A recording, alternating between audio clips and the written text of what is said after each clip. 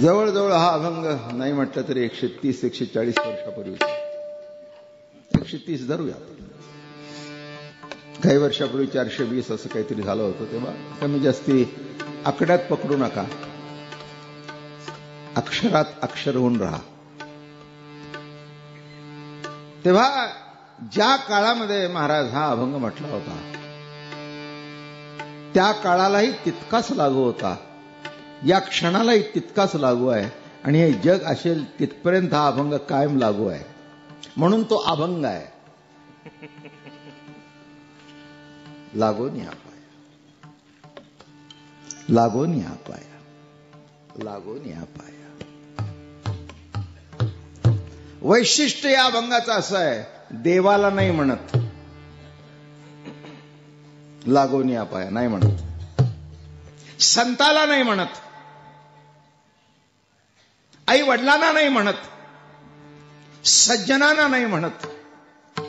समोर जो बसलेला समाज होता त्या समाजाकडे बघून हात जोडतायत. माय बाप्पा लागून या पाया, लागून या पाया, लागून या पाया.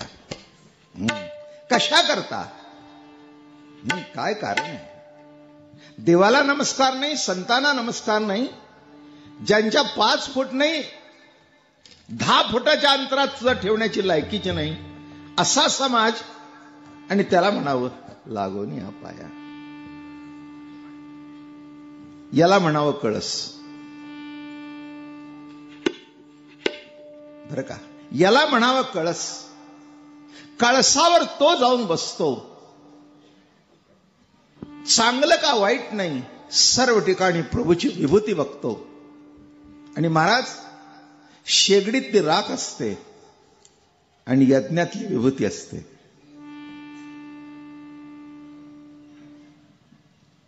बरं का, शेगडीतली राख तशी ती राखच आहे, आणि तुम्ही जळल्यानंतर सुद्धा राखच आहे. पण यज्ञामध्ये अहम कर्तृत्व, अहम ज्ञातृत्व, मीपणा जेव्हा जळतो आणि उरते ती विभूती, उरते ती विभूती, ती विभूती कपाळाला लावायची असते. आणि अशी विभूती कोणापासून मिळत नाही, अशा पदाला जे जाऊन पोचले, ज्यांचं कर्म धर्म सर्व जळून गेलं. मी देह, मी कर्म करता, मी ज्ञाता, मी विषय भोगता, ऐसी ये का देहात्मता दृढ बद्धता आहे ना, सर्व जळून जेव्हा जाईल विभूती, विभूती, मग ती चरणाला लावल्यानंतर, चरणाची मस्तकाला लावल्यानंतर जीवन परिपूर्ण होतं. म्हणून अशा विभूतीच्या मुखातून बाहेर पडलेला अभंग या क्षणाला लागू आहे. लागून या. पुढे बसलेले महानुभाव आहेत, त्यांच्याकरता तर लागून या पाया आहेच आहे. पण शेवटपर्यंत जे बसलेत, बर का, लायक असू दे नालायक असू दे, पण आपण पाया पडून त्याला लायक करून घ्यावं, त्यालाही जाणीव करून द्यावी की तू सुद्धा पाया पडून घेण्याच्या लायकीचा आहेस. इतर जण लायकी काढतात आणि संत लायकी वाढवतात. अभंग समजून घ्या, मोठा गमतीचा अभंग आहे हा. दिसायला साधा आहे, पण जीवनामध्ये उतरण्याकरता आयुष्य गेलं तरी उतरणार नाही. म्हणून माझ्या अत्यंत आवडीचा अभंग आहे हा. आणि माझं कीर्तन ह्या लागून या पायाच्या पुढे सरकलंच नाही.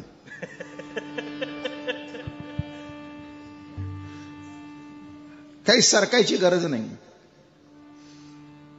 महाराज कुठीतरी विचारतात, का हो धंदा बिंदा चांगला चाललाय, दुकानदारी चांगली आहे, सगळं चांगलं आहे, भांडवल काय?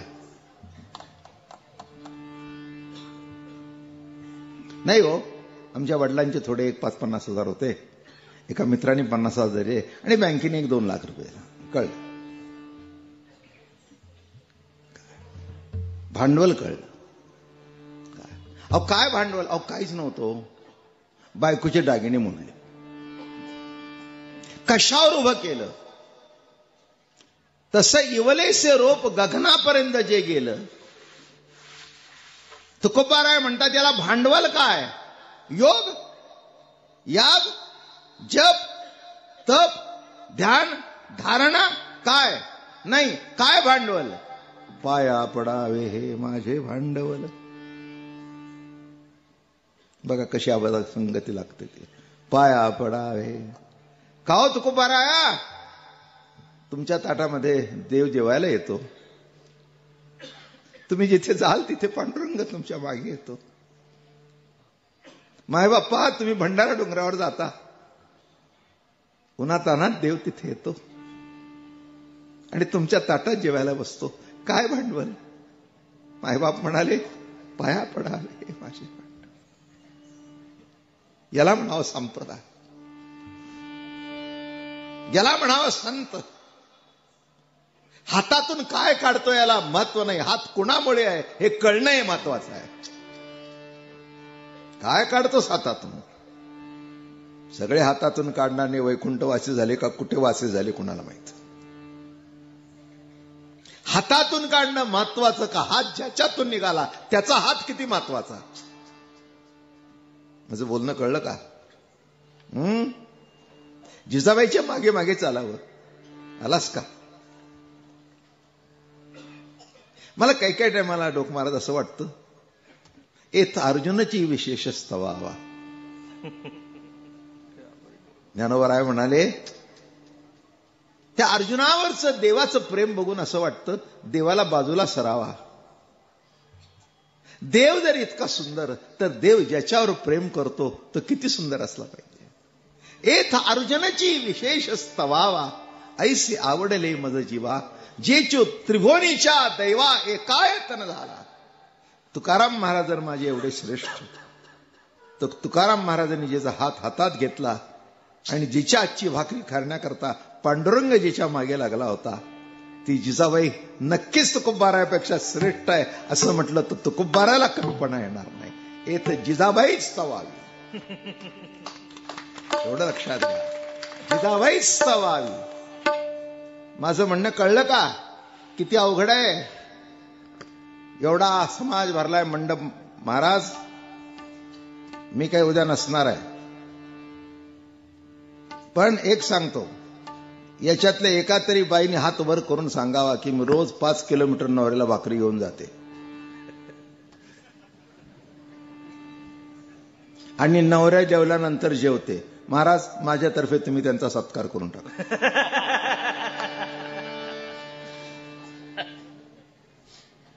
सगळ्या पतिव्रता, कोणी पतिव्रता नाही, सगळ्या पतीच्या व्रता आहेत.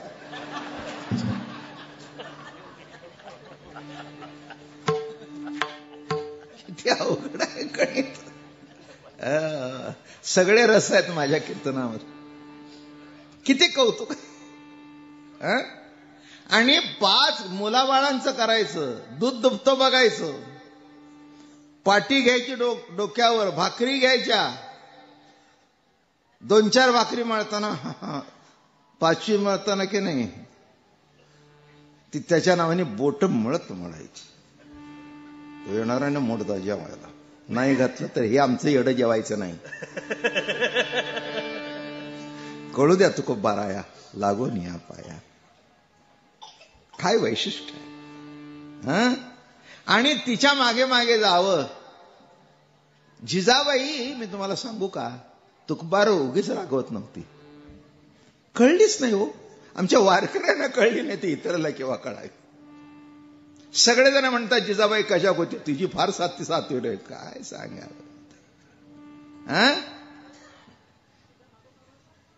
सहज एखादी गोष्ट जोरात मागितलं तर नीट मागता येत नाही का?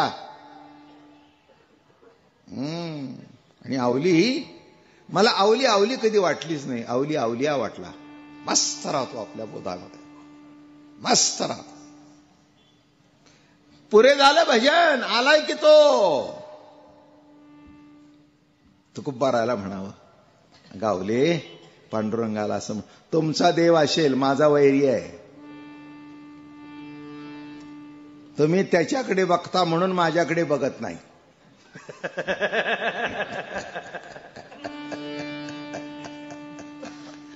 गावले असं. मग पांडुरंगाने म्हणावं, जिजाबाई, अहो तसं नाही हो, तुमचा पती आणि माझा तुका तसाच आहे. टाक. मनुष्याकृती राघवे ख्याती केली, मनुष्याकृती राघवे ख्याती केली, शिळा शिखरे सागरी तारियेली. तुका स्वामी हा पूर्ण ब्रह्म प्रकाशी, बरोबर आहे ना महाराज, जहा जन्मला मृत्यू लोकी दुजी उपमा, नाडळे येलो भव सिंधुसी बांधिला सेतू जेणे. काय म्हणतायत निरोबार आहे. भव सिंधुसी बांधिला सेतू जेणे, अनाथादिना कारणे सद्गुरु तुकयाने. महाराज कोण? महाराज हा जन्मला मृत्यूलोक. दुसरी उपमा त्याला देऊन उपयोग नाही. हा माझा महाराज आहे. आणि एका ताटात जेवावं तुकोबारायन पांडुरंगानी, आणि त्या राहिलेल्या ताटामध्ये जिजाबाईने यावं. जिजाबाई उष्ट खात नव्हती, उच्चिष्ट घेत होती. ताटाच्या खाली पडलेलं असतं ते उष्ट, आणि ओठाला लागून जे पडलेलं असतं ते उच्चिष्ट. म्हणून सेवीन उच्चिष्ट लोळेन अंगणी. म्हणून महाराज मला असं वाटतं, आपण ज्ञानेश्वरी वाचतो ना, माझी वेडे भाबडी भावना असेल, पण ज्या ओठातून निघाली त्या ओठातली म्हटली म्हणजे ओठाला ओठ लागला ना. नमो शतबोध विदग्धा, नमो शतबोध विदग्धा. उच्चिष्ट संतांच्या मुखातून ओठाला लागून जे आपल्या ओठाला लागतं आणि ओठाच्या माध्यमातून प्रकट होतं ते उच्चिष्ट. म्हणून सेवीन उच्चिष्ट लोळेन अंगणी, वैष्णवा चरणी होईन जोडा. असं उच्चिष्ट जिजाबाई रोज खात होती. देवाला शिवाय एवढ्या करताच देत होती की इतका नादी लावलायस की त्याला जेवण खाण सुद्धा सुचून देत नाहीस. जसं ढोक महाराजाबद्दल माणसं म्हणतात. अहो काय दिवसाला 3-3 कीर्तन करतात. काय महाराज म्हणावं, मी म्हणत नाही. काय महाराज म्हणावं, तसं त्या आवली म्हणावं. काय म्हणावं, सकाळी उठलं की विना घेते येण्यासारखे विठाल विठाल विठाल विठाल करते. आला की आता बसा ना गप. अगं आवले, मी विठू भेटण्याकरता विठ्ठल म्हणत नाही, विठ्ठलाची प्रतिती विशेषत्वाने प्रकट होण्याकरता विठ्ठल म्हणतो. बाप मुलाला जवळ घेतो, जवळ असतो पण जवळ घेतो. कळलं का? आता दूर आहे म्हणून जवळ घ्यावा का? नाही, जवळ आहे, जवळ आहे परी भेटेना. जवळ आहे तो अजून जवळ भेटावा, अजून जवळ भेटावा, अजून जवळ भेटावा. त्याही बसलेली असते, ओ सावकाश बरगडी मोडेल पोळाची. अगं त्याला भेटल्यानंतर असं वाटतं मलाच मला भेटतोय. लोक महाराज काय, आपल्या मुलाच्या गालावरून हात फिरवताना आपल्याला असं वाटतं आपलाच गाल आहे हा गाल आपलाच आहे. तसा हा गाल आपला नाही, हा गाल प्रभूचाच आहे, प्रभूचाच आहे. म्हणून जीवाकडे बघून प्रभूला बरं वाटतं. जीवाचं असणं हेच प्रभूचं दिसणं, आणि प्रभूचं दिसणं हे जीवाचं असणं. काय म्हटलं मी? जीवाचं असणं हेच प्रभूचं दिसणं, बरं का? मुलाचं असणं हेच आईचं दिसणं, आणि आईच्या दिसण्यातून मूलच प्रतीत होतं, दुसरं कोणीच प्रतीत होत नाही. हा जेव्हा संतांचा प्रेमबोध लक्षात येईल तेव्हा वारकरी संप्रदाय कळेल. वारकरी कीर्तनकार, प्रवचनकार देव मिळवण्याकरता कीर्तन करत नाही, देव कसा मिळू नये त्या मिळण्याची अनुभूती घेण्याकरता कीर्तन करतो. मिळो आणि मिळतची असे समुद्री गंगा जळ जैसे. तुम्ही म्हणाल कीर्तन केव्हा सुरू व्हायचं? माझं हे सगळं उलट सुलटच आहे. निदान प्रस्तावना तरी ऐका, नाही का? निदान अभंग तरी कळू द्या. काय भूमिकेतून अभंग निर्माण झालाय, नाही का? लागून या पाया पडताना तुकाराम महाराजांना असं वाटलं नाही मी दुसरं कोणाच्या पायात पडतोय, माझाच आहे, माझाच आहे. आणि आपले तिथे पाया पडण्याकरता लाज वाटण्याचं काही कारण नाही आहे. आणि कशा करता पाया पडायचंय? नोकरी लावण्याकरता, लग्न जमण्याकरता नाही हो. करे टाळी बोला मुखी नाम. काय मजा आहे. हे वाक्य वाचल्यानंतर वाटतं माझी तो खूप बारा आहे, किती मोठे आहेत. उगीच क्रांती कळली का? उच्च कुळामध्ये जन्माला आलेले ज्ञानोबाराया आणि शूद्र वंशी जन्मलो त्याला कळसावर बसवला. काय क्रांती आहे. बारकाव्याने बघा ना म्हणजे कळेल. पंढरीला जाताना पहिला बीसीचं दर्शन, चोखोबार आहे. कॉन्स्टिट्युशनल लँग्वेज सांगतो. पहिला बीसी, नामदेवराय ओबीसी आहे का? पर्याय दुसरा शिंपी समाज ओबीसी. बरोबर आहे. आता एकच तुम्ही ठरवा की पांडुरंगाची दात कोणची. एक सांगू का? ज्याला जातच नाही तो पांडुरंग, ज्याला जातच नाही तो पांडुरंग. म्हणून सगळ्या जाती त्याच्याकडे जातात. माझं बोलणं कळलं का? परशुराम ब्राह्मण, राम क्षत्रिय, कृष्ण क्षत्रिय, विठ्ठल कोण? विठ्ठलाचे आईबाप कोणाला माहिती असतील तर मला येऊन सांगा. विठ्ठल आईबाप का नाही? अहो विठ्ठलाचा आईबाप आहे तर त्याला आईबाप कुठून असणार? विठ्ठल बाप माय चुलता, विठ्ठल भगडी आणि व्राता, विठ्ठल अमुसा निजाचा, सज्जन सोयरा जीवाचा, माय बाप चुलता बंधू, अवघा तुझाची संबंधू, समर्पिली काया तुका म्हणे पंढरीराया. याला म्हणतात संतांचा प्रेमबोध. उगीच कात्याकुट करत बसायचं, श्रोत्याच्या डोक्यात नको ते घालत बसायचं. अजातवाद काय, आरंभवाद काय, परिणामवाद काय, काय नडलंय. मी खरं सांगतो तुम्हाला, सांगणाऱ्याला सुद्धा नीट कळत नाही तर ऐकणाऱ्याला केव्हा कळायचं. मी कोणाबद्दल कमी किंवा जास्ती लेखत नाही. मी तुम्हाला उदाहरण दिलं म्हणजे कळेल. महाराज लहान मुलं लिहित असतात. बेक बे, बेदुन 4, बेत्रिक 6, बेचोकाठ, बेपंचे 10. मास्तरनी सांगितलं जा. बेत्रिक 6 आंबे घेऊन ये. अहो ते 4 जणत. अरे तुला 6 सांगितलं ना. तो बोर्डाकडे आकडा दाखवतो. अर्थ कळला का? आकडा कळला, लिहिता आला, पण त्याची व्हॅल्यू कळली नाही. 5 म्हणजे किती, 1 म्हणजे किती, 6 म्हणजे किती. आणि ढोक महाराज ज्याला 6 काढता येत नाही ना, तो अगदी अनाडी शेतकरी असेल तर जातो, हे 5 आणि हे 1 6. त्याला 25 म्हटलं की हे 5 हे 5 हे 5 25. कारण याच्याकडे आकडे आहेत आणि याच्याकडे अनुभव आहे.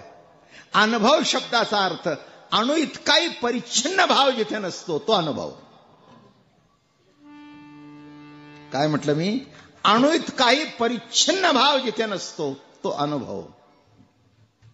आणि म्हणून अणु मध्ये अपरिच्छिन्नपणा जेव्हा प्रकट झाला तेव्हा तुकाराम महाराज म्हणाले, लागोनिया पाया विणवितो तुम्हाला, लागोनिया पाया विणवितो तुम्हाला,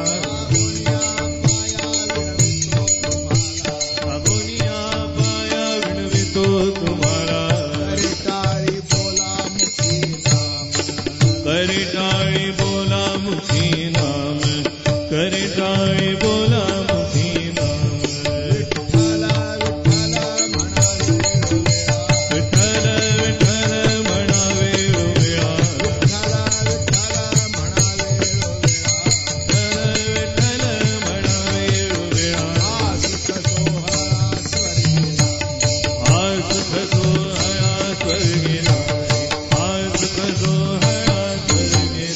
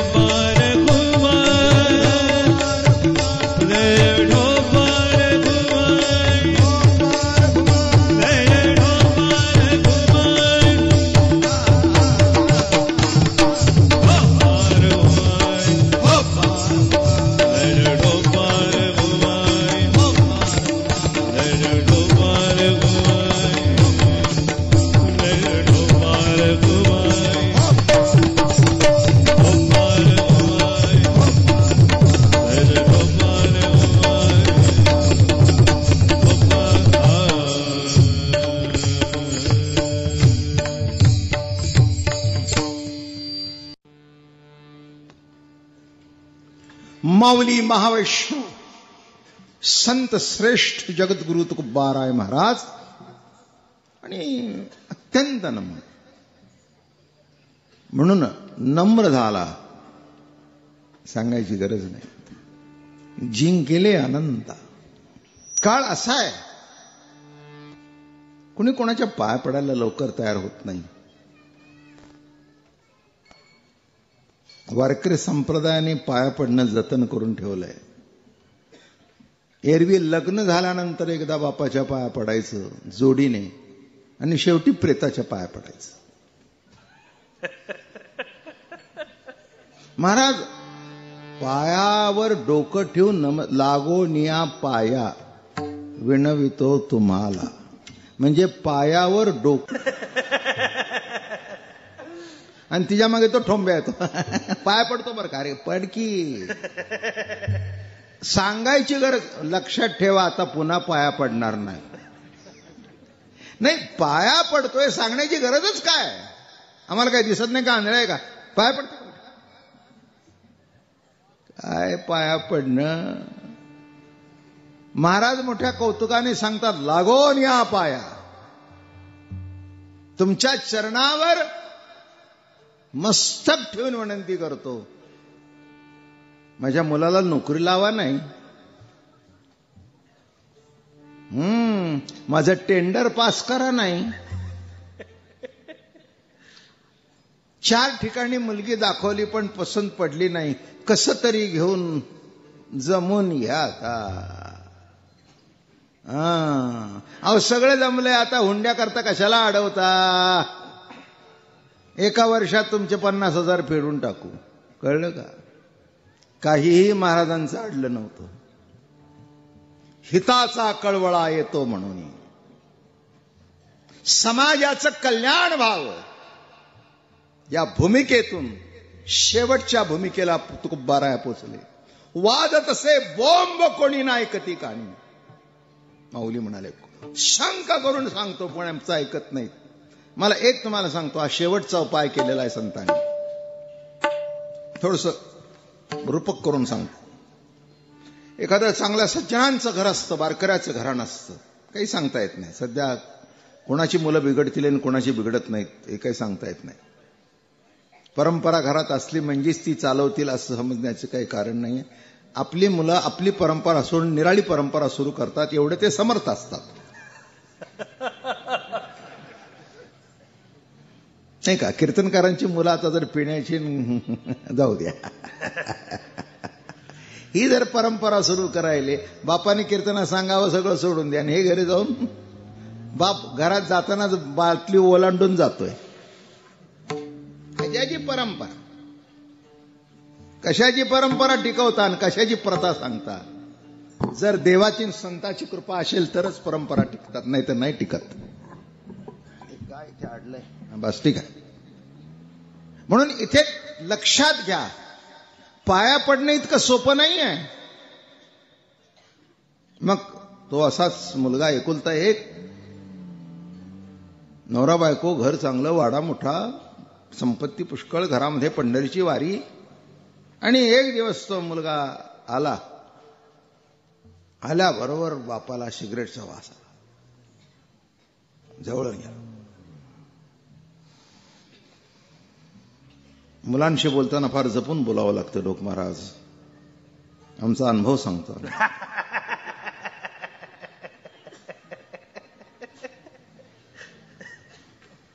अर्थात ते आमचे नातू आहेत, पण त्यांच्याशी सुद्धा आम्ही इतराशी बोलताना इतकं जपून बोलत नाही, पण त्यांच्याशी बोलताना जपून बोलतो, दुखवले जाऊ नये. परमार्थाकडे एवढी उंची गाठत चालले, त्याच्यात कुठे खंड पडू नये. आमच्या घरामध्ये आम्ही मुलं जतन करत नाही, परमार्थ जतन करतो.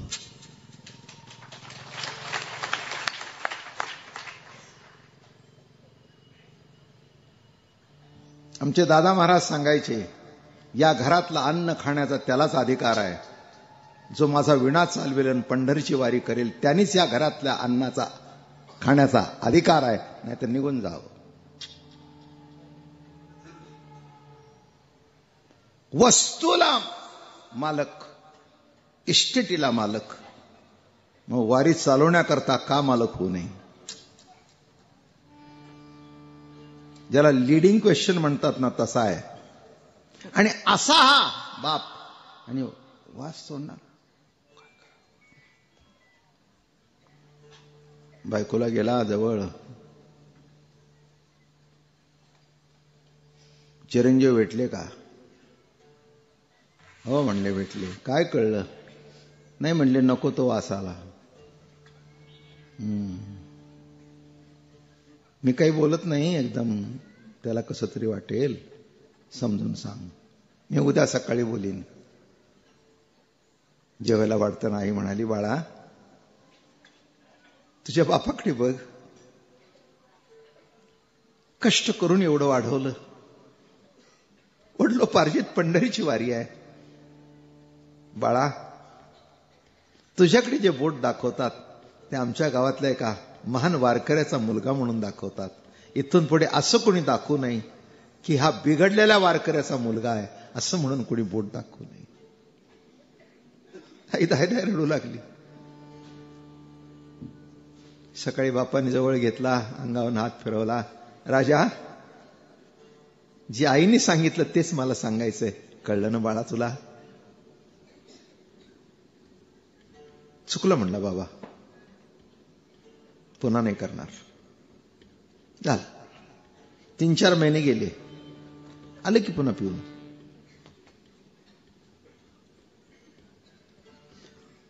बापाचं डोकं असं सणकलं तुम्हाला सांगू, फडाफड मारल्या कानफडात. ते जास्ती बिथरलं. आठवड्यातून पित होतं ते रोज पिऊन येऊ लागलं. इथे अनुभवी दिसतात मंडळी. एवढी उत्तम दात कशालाच दिली नाही आतापर्यंत.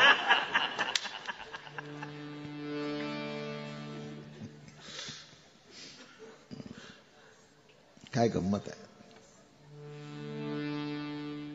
ह्याच्यात बसलेले असतील कानफडात बापाकडून खाल्लेले.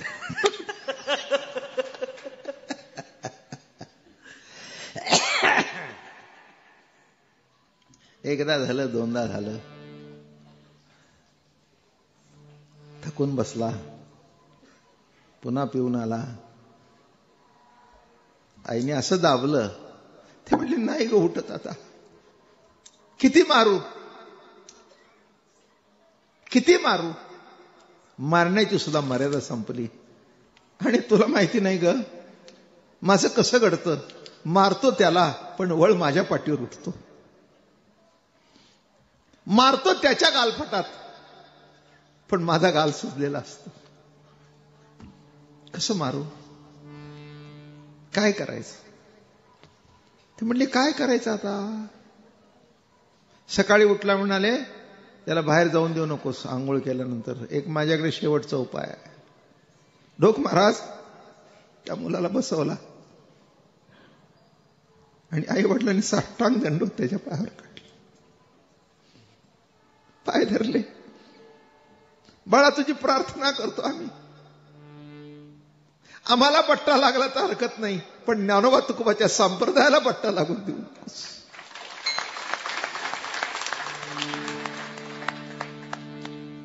कुणी असं म्हणू नये की तुमचे वारकरी पितात. कुणी असं म्हणू नये की वारकरी असा आहे. संप्रदायाला पट्टा लागून देऊ नको. बाळा तू माझ्या पाया पडावस, पण ही परंपरा टिकवण्याकरता आज मी तुझ्या पाया पडतो. तसं तुकाराम महाराजांनी भले तरी देव म्हणून बघितलं, हणू लाथा म्हणून बघितलं. समाज सुधारणा, तेव्हा शेवटचा उपाय केला, लागून या पाया. बाबांनो मी तुमच्या पाया पडतो, तुमच्या चरणावर मस्तक ठेवतो. मी तुमच्या का पाया पडतोय? माझ्या कल्याणाकरता नाही, तुमच्या पाया पडतोय तुमचं कल्याण व्हावं. काढा जगातला असा एक तरी संत, एक तरी काढा. काय अवघड आहे या संतांचं. असे संत हे बघा, वेद कालामध्ये ऋषी झाले, आणि कलियुगामध्ये संत झाले. ते म्हणाला बोलण्याचा अर्थ काय? आशीर्वाद देतो पण शाप पण देतो तो ऋषी, पण नुसताच आशीर्वाद देतो तो संत. बरोबर आहे ना? ऋषींनी आशीर्वाद दिले असतील पण शाप काही कमी दिले? कारण इतका अहंकार त्यांच्यामध्ये तपश्चर्येचा, ज्याच्यामध्ये तपश्चर्येचा अहंकार नाही. जशी तपश्चर्या वाढली तशी लीनता वाढली. तुकाराम महाराजांची तपश्चर्या कळसाला जाऊन पोचली तेव्हा ते समाजा पुढे नतमस्तक झाले. लागून या, लागून या, लागून या. मायबाप्पा पाया पडतो बर का. एक तुम्हाला संगती सांगतो. म्हणजे महाराज आपल्याकडे दिंडी प्रदक्षिणा काढतात ना, माझ्या डोक्यात त्याचा अर्थ असा आला की तुकाराम महाराज जेव्हा कीर्तनाला निघायचे रावळात जायला, तेव्हा गावातून फिरत निघायचे अशी प्रदक्षिणा. आणि ओ दादा चला कीर्तनाला चला, चला ओ चला, ओ चला, असं प्रत्येक. आणि अशी गावाला प्रदक्षिणा करून रोज प्रत्येकाला आमंत्रण द्यायचं. आणि मग कीर्तना, मग दुसऱ्या दिवशी पुन्हा आले का हो दिसला नाही. अहो काय तुकाराम महाराज तुम्हाला तेवढंच काम आहे. हा तुम्ही निघताना गिऱ्हाईक आलं, अहो काय करावं, काय हरकत नाही, काय हरकत नाही, हा बरोबर आहे तुमचं, बरोबर आहे, बरोबर आहे. पुन्हा दुसऱ्या दिवशी मायबाप या कीर्तनाला. कळलं का? नगर प्रदक्षिणा त्यावेळेला का सुरू झाली? दारोदारी जाऊन प्रत्येका दारात जावं. कोणाच्याही दारात जाणं योग्य नाही, पण तुकाराम महाराजांनी समाजाच्या कल्याणाकरता त्याच्या दारोदारी गेले आणि गाव पुरलं नाही म्हणून वारी सुरू केली. ज्ञानोबा तुकोबांनी वारी का सुरू केली? प्रत्येक गावाचा उद्धार करत करत करत करत फेडीत पापताप पोषित त्रिचे पादप समुद्रा जाय आप गंगेचे जैसे, अशी दिंडी काढली आणि सगळ्यांना बोलवलं. कोणी यावं, कोणी यावं. एकाने मला विचारलं, महाराज वारकरी संप्रदायात परमार्थाचा अधिकार कोणाला आहे? म्हटलं असते भलते असेल ते प्रश्न काय विचारतोस? एका प्रश्नाचं उत्तर दे. जेवणाचा अधिकार कोणाला आहे? सांगा वैद्य महाराज, जेवणाचा अधिकार कोणाला आहे? एकच उत्तर सांगतो, ज्याला भूक लागली आहे त्याला. सगळ्यांना म्हणून जमत नाही, ज्याला भूक लागली आहे त्याला. त्याचा अर्थ असा आहे, भूक लागल्यानंतर तो अधिकार बजावल्याशिवाय राहतच नाही. कसा बजावतो? घरी बायको आहे, मुलं आहे, कोण आहे, बहीण आहे, कोण असेल, धावत धावत, अगं भूक लागली वाढ, भूक लागली वाढ. काय आपण भाकरी तयार असेल ते वाढ. मग तिने गरम भाकरी केली, भाजी केली, हक्क बजावला, समाधान. एखाद्याच्या घरी कोणी नव्हतं, मग त्याच्या खिशात पैसे होते, हॉटेलमध्ये गेला, 50ची नोट टाकली, राईस प्लेट मागवली, भजी मागवली, काय काय पाहिजे ते मागवलं, खाल्लं, पोट भरलं, तृप्त होऊन बाहेर पडलं. बरोबर आहे? हा दुसरा. तिसऱ्या जवळ पैसेही नव्हते, त्यांनी भीक मागून, दादा दादा. परवा मी एक आश्चर्य बघितलं महाराज. पूर्वी आम्ही जागायचे नाही, एक 10 पैसे चहाला द्या, एक 10 पैसे. परवा माझी गाडी थांबली होती एका ठिकाणी, एक म्हातारी आली, 10 रुपये चहाला द्या.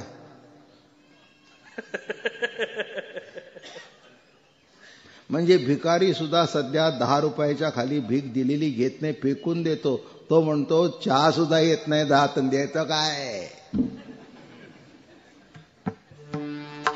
किती स्टँडर्ड वाढलाय याची कल्पना तरी. त्याचंही काही चुकलं नाही. आज चांगला चहा प्यायला म्हटलं तर 12-15 रुपये पडतो, चांगला घ्यायचा म्हटलं तर. मग पाण्याचं सोडून द्या. मग त्याला असं वाटतं 1 कप 10 रुपयाचा घेतला तर निदान. आता मला सांगा किती अवघड आहे. मग काही माणसं भीक मागून पोट भरतात, चौथा आहे तो चोरी करून पोट भरतो. बरोबर आहे ना?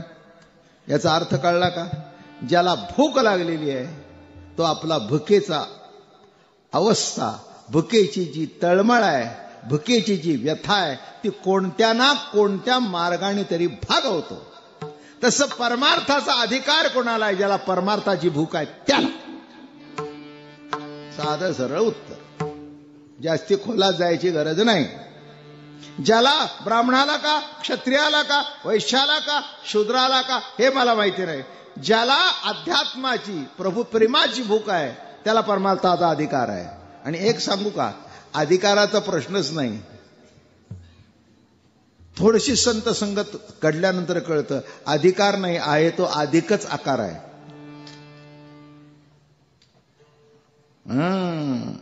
मनुष्य देहाचे निनावे सच्चिदानंद पदवी घेणे. तुकोबारा तर कौतुक करतायत या जन्माचं. बरवे झाले आलो या जन्मासी, बरवे झाले आलो बरवे झाले आलो या जन्मासी, बरवे झाले आलो या जन्मासी. जोडी जोडली मनुष्य देहाईसी, जोडी जोडली मनुष्य देहाईसी, जोडी जोडली मनुष्य देहाईसी, जोडी जोडली मनुष्य देहाईसी.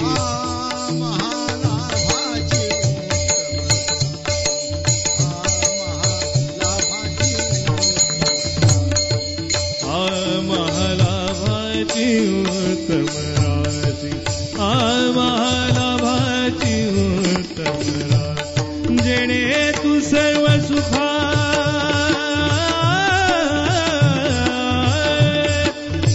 जेणे तू सर्व सुखासी पात्र होई जे. दिली इंद्रिये हात पाय, दिली इंद्रिये हात पाय.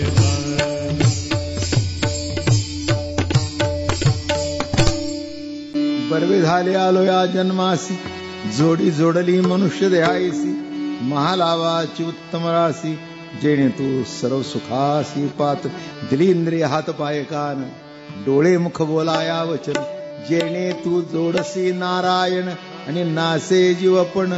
बवरो एवढं दिलासून, हाताने नको ते करतोस, डोळ्यांनी नको ते बघतोस.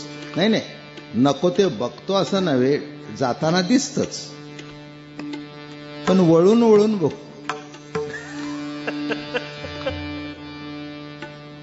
असं बोलणं कळलं का? महाराज डोळ्याचा स्वभावच आहे. तुम्ही किती जरी म्हणला आम्हाला वाईट बघायचं नाही, काय आता कट्टर वारकरी 150 वर्षाची परंपरा. रस्त्याने जाताना ते खटकाय दुकान ते लोंबताना दिसतच. आता मी किती जरी म्हटलं माझं लक्ष, आता माझी जर गाडी झाली ते दिसणार नाही का? आणि एवढं कळणार नाही का हे काय आहे ते? पण पुन्हा पुन्हा वळून बघू.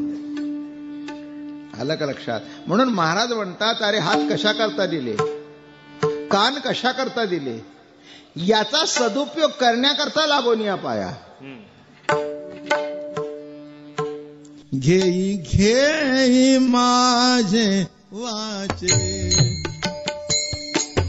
घेई घेई माझे वाचे, घेई घेई माझे वाचे, घेई घेई माझे वाचे, घेई घेई माझे वाचे, घेई घेई माझे वाचे, माझे वाचे, घेई घेई माझे वाचे, घेई घेई माझे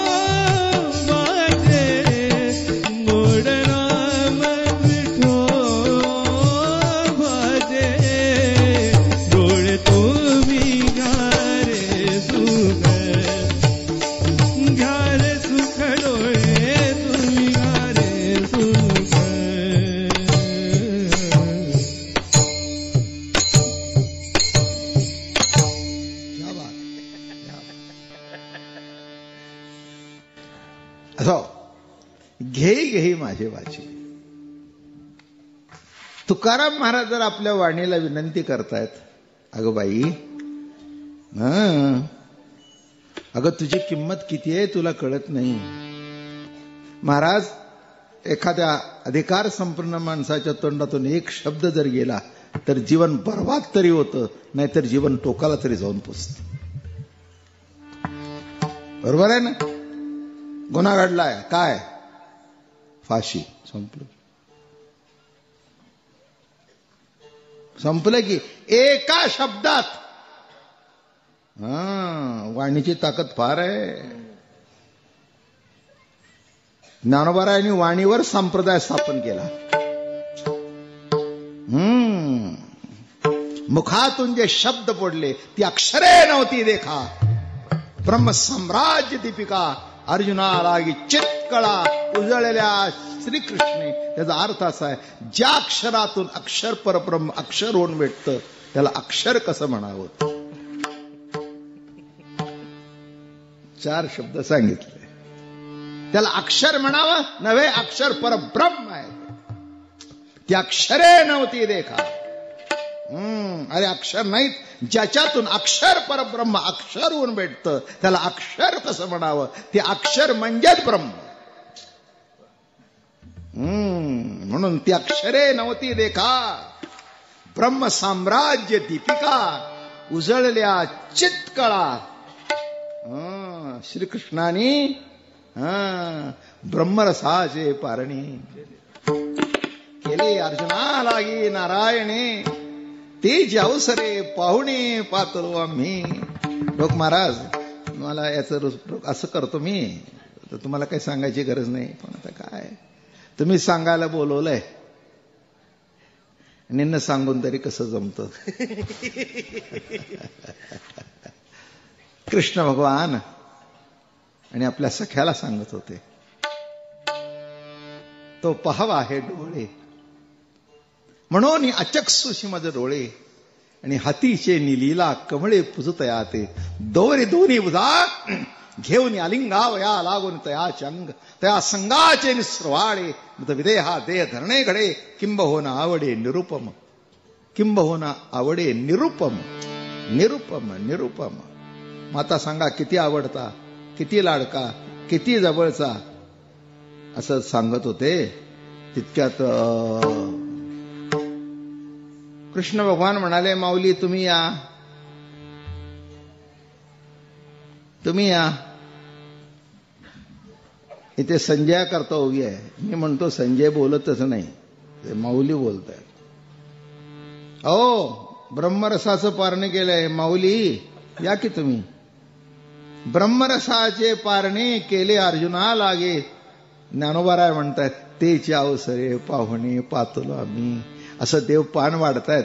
तितक्यात माऊली गेली. अरे अरे अरे वा वा वा वा वा वा वा वा. माऊली आला आला आला. ज्ञानदेव वैष्णव मोठा, विठ्ठल नामे मुक्त पेठा. या या, बसा बसा बसा. एक ताट अर्जुनाला केलं.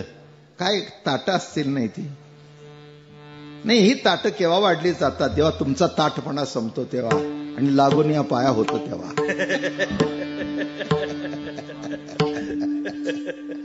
अभंगाला सोडून काही नाही, सगळं त्याला. एकही शब्द इकडे तिकडे नाही आहे, ते सरळ आहे बरं का. ब्रह्मरसाचं पारणं केलेलं. काय तुम्हाला सांगू, वरण काय, भात काय, हो हो हो हो, दिल्ली कमोदचा राईस काय, हो हो, यवतमाळची तुरीच्या डाळीचं वरण काय, ढोक महाराजांच्या म्हशीचं चांगलेलं काढलेलं तूप काय, साजूक तूप काय, आहा हा हा हा. काय ते तूप सांगू तुम्हाला, भाजी काय सांगू, पक्वान्न काय सांगू. असं ताट भरलेलं, दुसरं ताट माऊली पुढे भरलेलं. अर्जुनाचं काही नाही, त्याने आपलं सुरुवात केलं. आता माऊलीकडे बघितलं. आता समजा ढोक महाराज आम्ही शेजारी जेवायला बसलोय, तर एकमेकाकडे बघूनच सुरुवात करू नका, उगीच हाणत बसायचं. पद्धत आहे. महाराज बसायचं ना, घ्या घ्या घ्या घ्या, तुम्ही नाही हो काय घ्या. तसं अर्जुनाने शेजारी बघितलं, हे काही हात लावेनात. म्हणले माऊली सुरू करा की. हा करतो. मग देवाकडे बघितलं. याला ते प्रकार बघून अर्जुनाला भूक लागली. ते म्हणले माऊली काय हात लावीनात.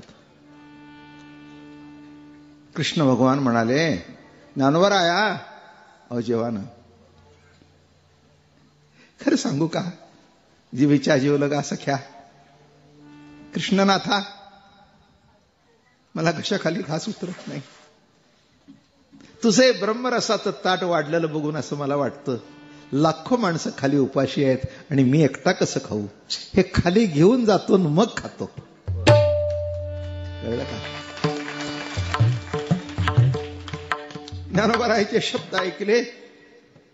कृष्ण भगवंताच्या डोळ्यातून धार लागली आणि मिठी मारली ना तिथेच विष्णू माऊलीमध्ये प्रकट झाले.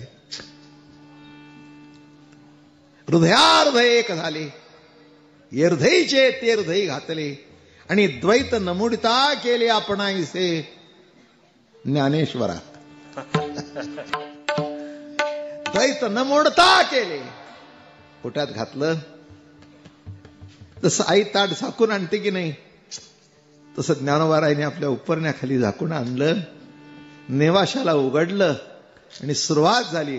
ओम नमो याद्या वेद प्रतिपाद्या जय जय ससंवेद्यात्मरूपा देवा तूच गणेशु सकलार्थमती प्रकाशु म्हणे निवृत्तीदास अवधारी.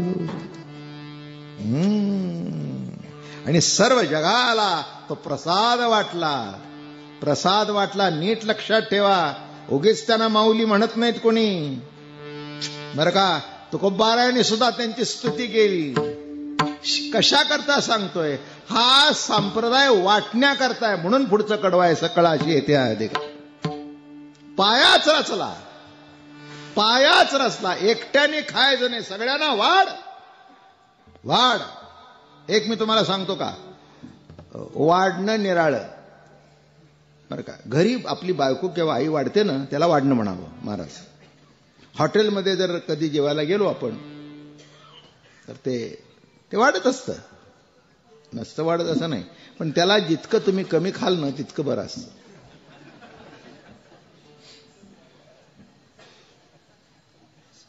काय मग तो सांगतो हो मालक 4 पंक्ती झाले पण ते उठतच नाही. 25 फुलक्या. ते गुजराती फुलके एवढेच असतात. ते 25 खाल्ले. एका कासाला काटा काटा काटा काटा. त्याला काय म्हणजे असू दे आता काही इलाज नाही.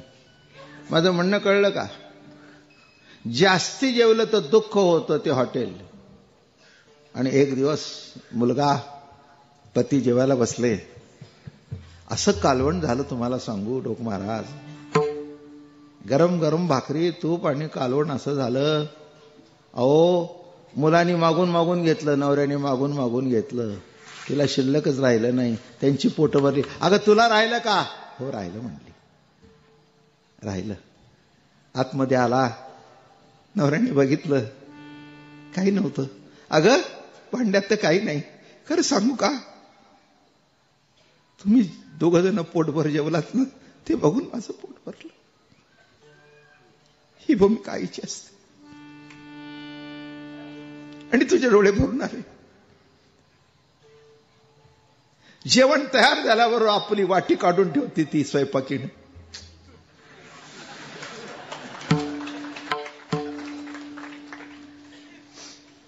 ती वाटी का काढून ठेवते तिला काही वाटतच नाही.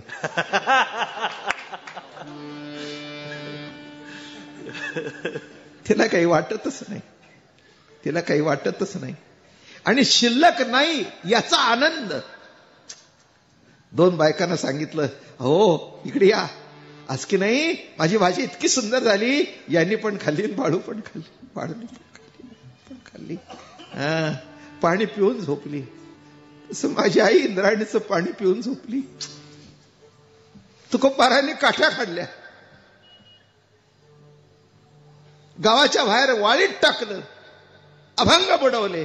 तरी म्हणतायत लागून या पाया विणवितो तुम्हाला. लागून या पाया विणवितो तुम्हाला.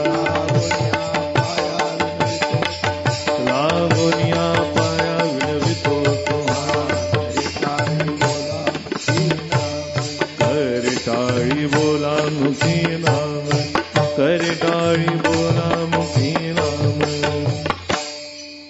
काय सांगू आता कीर्तन याच्यापेक्षा.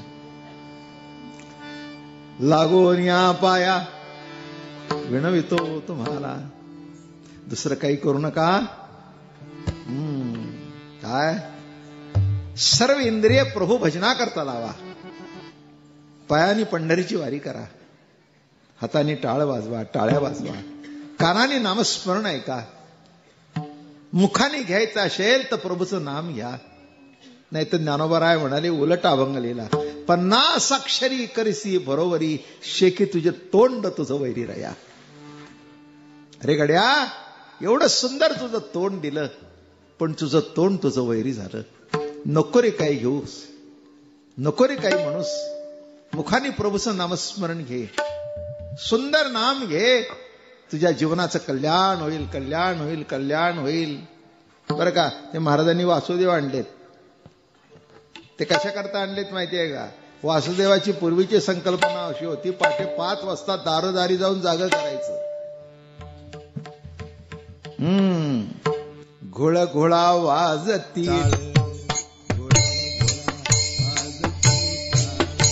घुळ घुळा वाजती टाळ, घुळ घुळा वाजती टाळ, घोळ घोळा वाजती टाळ, घोळ घोळा वाजती टाळ, घुळ घुळा वाजती टाळ, घुळ घुळा वाजती टाळ.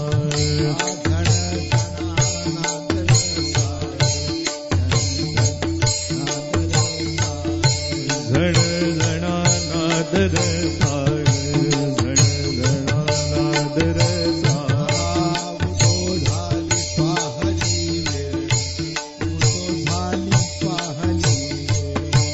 उदो झाली पाहली वेळ, उदो झाली पाहली वेळ.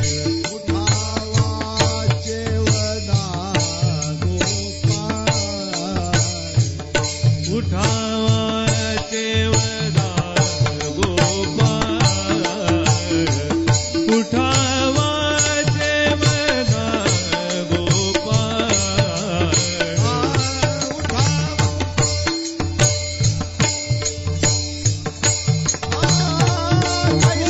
वासुदेव बोलतो बोले, जैसा वासुदेव बोलतो बोले, जैसा वासुदेव बोलतो बोले, जैसा वासुदेव बोलतो बोले, बोलतो बोले, जैसा वासुदेव बोलतो बोले, जैसा वासुदेव बोलतो बोले, जैसा वासुदेव बोलतो बोले.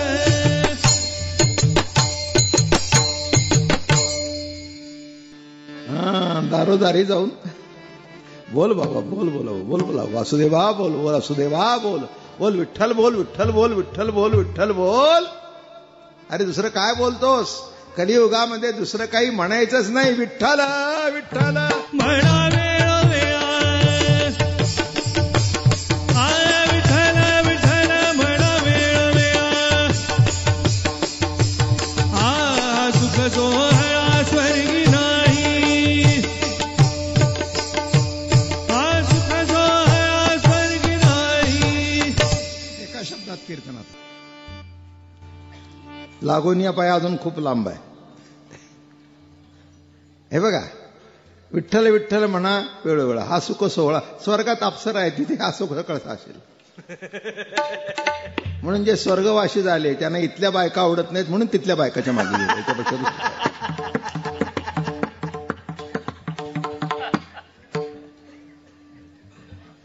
साधं सरळ माझ्या गाठचं काही नाही. स्वर्गा पुण्यात्मक पापे जाईजे, पापात्मक पापे नरका, पण माते जेणे पाविजे.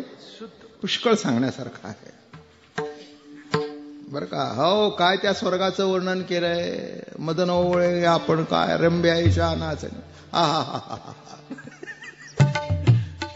खेड्यातल्या मुंबईला गेल्यानंतर त्याला असं वाटतं स्वर्गच आहे.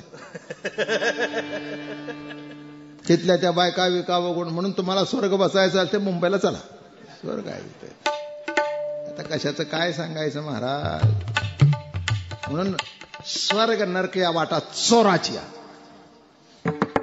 ह्या चोराच्या वाटा आहेत, स्पष्ट सांगून टाकेल.